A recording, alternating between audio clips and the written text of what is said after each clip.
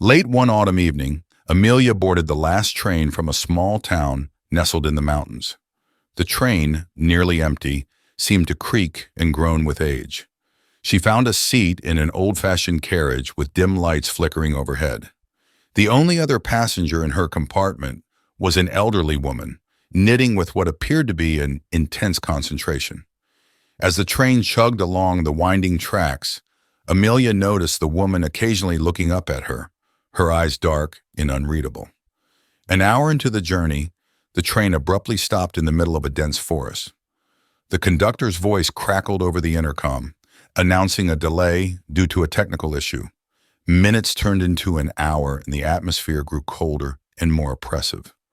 Amelia felt an unsettling chill and noticed the elderly woman was now glaring at her, the knitting needles clicking furiously.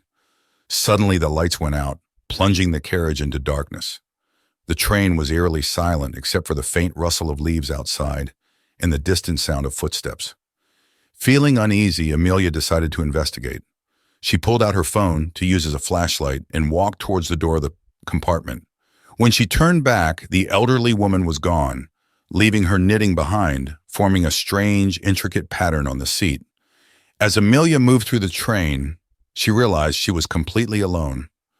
Panic set in when she reached the conductor's cabin to find it empty, with the controls smashed. Desperate, she ran back to her compartment, only to find the knitting now forming a noose hanging from the ceiling. A whispering voice echoed through the train. She never left.